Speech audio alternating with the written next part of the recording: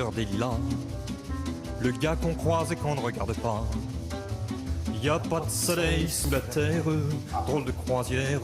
Pour tuer l'ennui, j'ai dans ma veste les extraits du Reader Digest. C'est magnifique. Le poinçonneur des lilas, ça n'existe plus, on ne poinçonne plus maintenant. Non. Mais le métro, il est toujours là et bien là. Absolument. Et ce que vous ne savez peut-être pas, c'est que c'est pas jeune le métro. Non. Le métro est né en 1900, Voilà, Frédéric. exactement. 1900, tout rond, puisque c'est au mois de juillet 1900, c'est pour ça qu'on en parle aujourd'hui. C'est au mois de juillet qu'il est inauguré très officiellement. Il faut dire que Paris est une ville extraordinaire en cette année 1900. Non seulement on va changer de siècle, donc ça c'est dans ces années-là, c'est tout un bouleversement. En plus, il y a une exposition universelle, c'est pour ça qu'on a creusé le métro, et en plus, Paris accueille les Jeux Olympiques. Non mais imaginez le Paris de 1900 avec l'exposition universelle, en même temps, hein, l'exposition universelle, les Jeux Olympiques. Et puis ce changement séculaire qui est assez étonnant à chaque fois parce que c'est une pression un peu psychologique. Alors là, il a fallu se battre pour pouvoir le creuser, ce métro. Comment vous voulez aller sous terre? Mais dès qu'on va commencer à creuser, il y a les maladies du Moyen-Âge qui vont ressortir, on va tomber malade, on va tomber dans des trous. Ils n'ont pas tort parce que quand on creuse, évidemment, ça fait un petit peu de dégâts. Il y a notamment eu une faille énorme à côté des Champs-Élysées. Enfin, ça fait rire aujourd'hui, mais 50 mètres de long, 15 mètres de large. Tout un boulevard qui s'effondre, qui disparaît dans le sol avec les arbres, les becs de gaz. Heureusement, il n'y a pas eu de blessés, mais c'est pour dire que ces travaux sont colossaux, on imagine bien.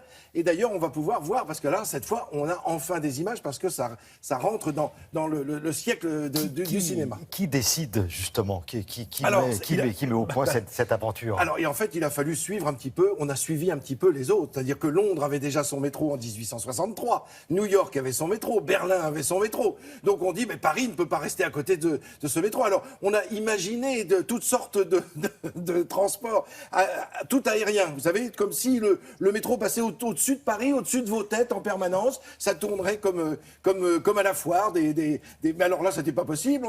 On a imaginé des voies, non pas côte à côte, mais superposées. Alors là aussi, assez étonnant. Moi, je vous propose des images parce qu'on va plonger sous terre. Alors, quels étaient les transports? On commençait à avoir un petit peu d'automobile. Regardez, pet. Mais enfin, c'était bien agréable. Mais ça n'empêchait pas que, malgré la naissance de l'automobile à la fin du 19e siècle, on avait encore ce transport en commun que l'on voit là, l'omnibus, 3 chevaux attelés de front, et puis regardez des gens au-dessus, à l'intérieur, le cocher qui est couvert comme un oignon parce qu'il est là pour toutes les météos. Et voilà cet homme, Monsieur Fulgence Bienvenu. C'est lui qui est l'ingénieur créateur du métropolitain parisien. C'est lui qui va imaginer les travaux. Voilà les décisions officielles avec les papiers bien tamponnés. Et les travaux vont pouvoir commencer. On a 2000 terrassiers, c'est-à-dire 2000 hommes. Oui, parce que ce ne sont que des hommes qui travaillent dans la difficulté. Ils creusent. Alors voyez, regardez ces avenues, ces boulevards, ces rues de Paris qui ont le ventre à l'air, littéralement, pour pouvoir... parfois, on creuse en sous-sol, mais parfois, on est obligé d'ouvrir puis de refermer en faisant cette voûte, vous voyez, cet arrondi. On voit un ingénieur là qui se trouve au-dessus du métro. On voit bien la voûte comme on peut la voir aujourd'hui quand on est à l'intérieur de nos stations.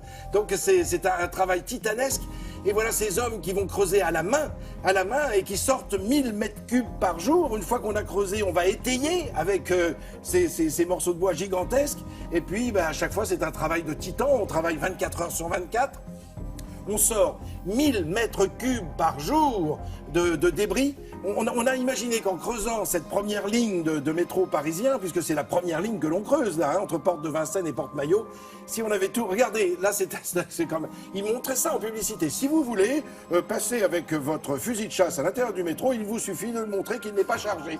J'ai voulu conserver ces images, parce que quand on voit aujourd'hui, évidemment, la demande de sécurité qu'il y a, et pour cause, on comprend bien qu'il y a eu quand même un vrai mouvement, une vraie différence depuis 1900 et aujourd'hui. Voilà, bon, c'était un petit sourire, un petit clin d'œil. Et on notera que Fulgence, il a sa station. Alors, il a sa station, et c'est vrai que quand on arrive à Montparnasse Bienvenue, on se dit, ben voilà, les Bretons nous accueillent, puisque c'est la gare, et c'est la gare bretonne, si j'ose dire, la gare de l'Ouest.